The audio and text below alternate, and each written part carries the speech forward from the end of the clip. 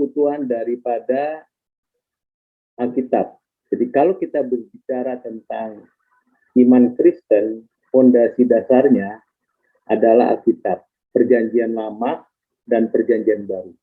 39 kitab dan 27 kitab. Ada 66 kitab. Khusus Perjanjian Lama itu memang dikanonisasi tahun 150 sebelum Masehi berdasarkan pada apa yang sudah diyakini oleh orang Yahudi yang sudah diterima dalam pengajaran, liturgi, dan kehidupan mereka. Kemudian pada zaman Perjanjian Baru diterima oleh gereja. Perjanjian Lama menjadi dasar dari seluruh bangunan Perjanjian Baru. Perjanjian Baru merupakan penggenapan dari apa yang dinyatakan dalam Perjanjian Lama. Dalam keutuhan Alkitab berarti keseluruhannya ada kesinambungan antara apa yang diajarkan dalam Perjanjian Lama dan apa yang dinyatakan, diaktualisasikan di dalam Perjanjian Baru. Di dalam Perjanjian Lama ada kitab-kitab yang ditulis Musa, yang disebut Pentateuch, ada kitab sejarah, ada kitab nabi besar, nabi kecil, kitab puisi. Di dalam Perjanjian Baru ada kitab Injil, kitab sejarah yaitu Kisah Para Rasul, surat Paulus, surat umum, dan kitab Wahyu. Pembagian ini saling berkesinambungan. Tetapi juga ada yang tidak berkesinambungan di dalam hal penggenapan dan pelaksanaan daripada apa yang tertulis di dalam Perjanjian Lama berkaitan dengan apa yang dinyatakan tentang ibadah.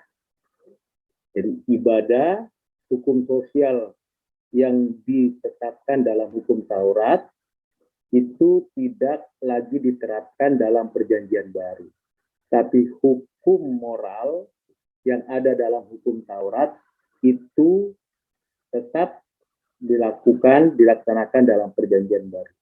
Mengapa hukum ibadah dan hukum sosial tidak berlaku? Memang itu khusus untuk orang Israel, orang Yahudi, dan sekaligus saat yang sama sudah digenapi di dalam Kristus.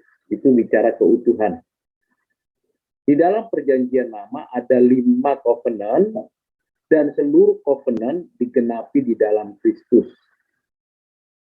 Di dalam Perjanjian Lama ada narasi penciptaan, kejatuhan, penebusan, dan juga di dalamnya secara nubuat berbicara tentang penyempurnaan, seperti nubuat yang disampaikan oleh para nabi. Misalnya Yesaya, Yeremia, Yeskil, maupun kitab Nabi Daniel.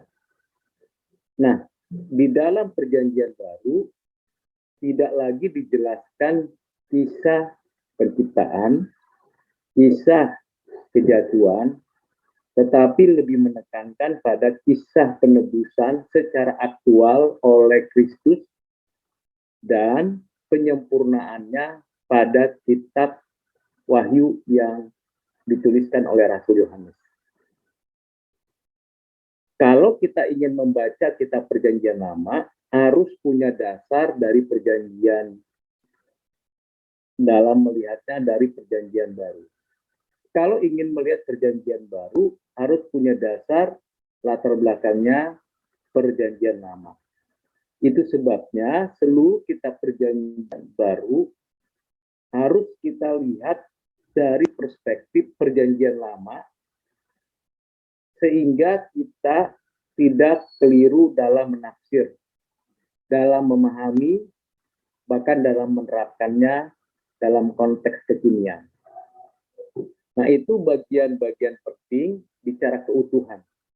Tentu keutuhan yang paling penting karena yang menyampaikan firman Tuhan itu Roh Kudus yang memberikan inspirasi kepada 40 penulis, baik dalam perjanjian lama, kurang lebih ada 31 penulis, dan di perjanjian baru ada 9 penulis.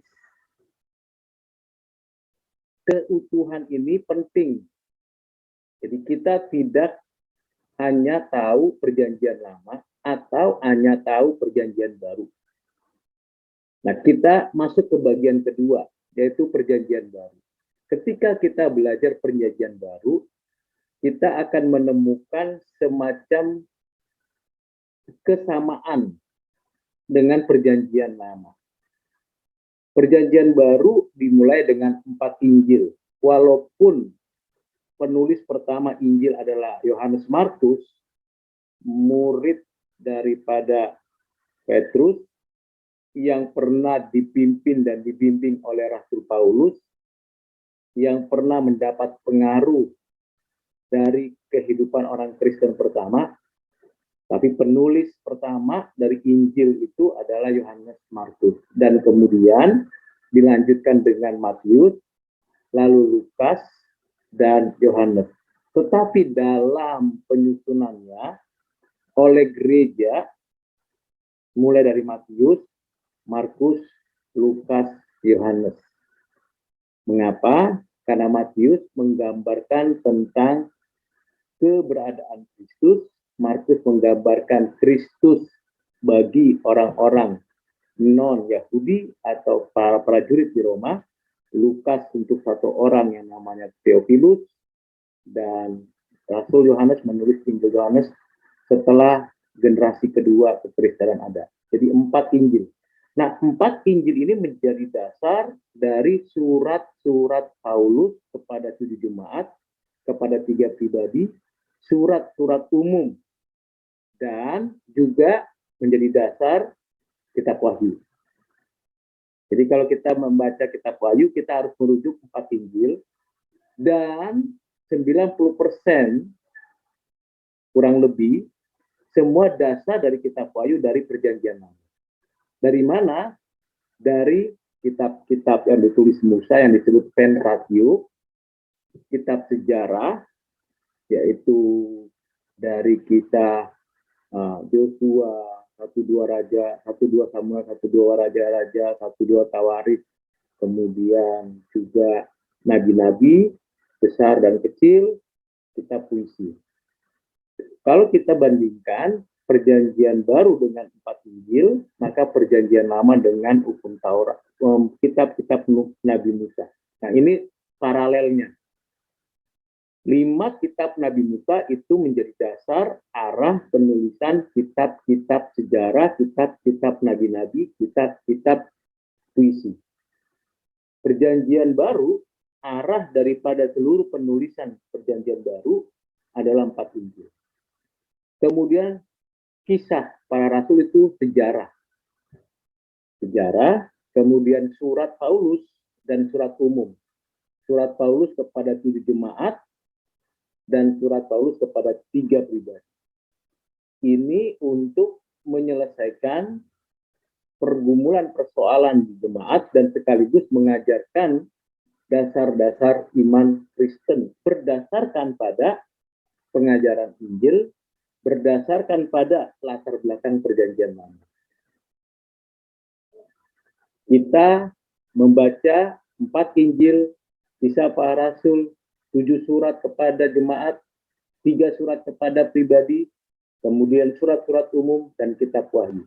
Seluruh kitab Wahyu itu berlatar belakang pada prinsip pengajaran kitab Injil dan perjanjian lama. Nah, ini penting kesatuan ini. Jadi saya sudah mencoba memahaminya, menyampaikannya, keutuhan dan perjanjian baru. Perjanjian baru tidak ada kanonisasi.